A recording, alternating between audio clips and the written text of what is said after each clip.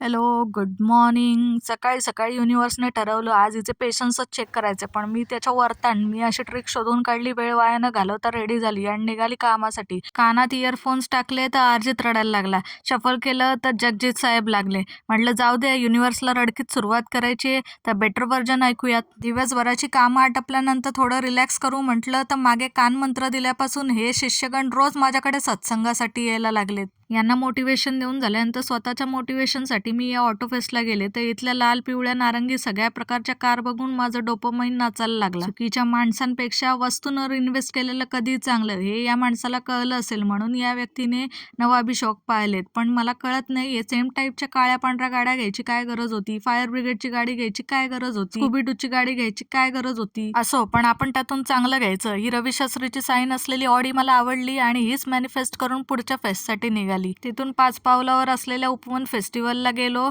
आणि एंट्री झाली माझी मुख्यमंत्री साहेबांची. पण मुजरा करावा असा एकच राजा होऊन गेला, ते म्हणजे महाराष्ट्राचं आराध्य दैवत छत्रपती शिवाजी महाराज. थोडं पुढे गेल्यानंतर इथे एक आर्टिस्ट पेंटिंग काढत होता. माझ्या हातात ब्रश दिला तर एवढ्या 4 चौकामध्ये मी फक्त गोळा काढून घरी येईल. आणि दिवसाची सुरुवात किती रडकी झाली तरी एंड मात्र खूप मस्त झाला. म्हणून युनिव्हर्सला थँक्यू म्हटलं आणि सकाळी अपमान केल्याबद्दल सॉरी देखील म्हटलं. तुम्ही घेता का अशी विषयाची परीक्षा मला नक्की सांगा. बाय.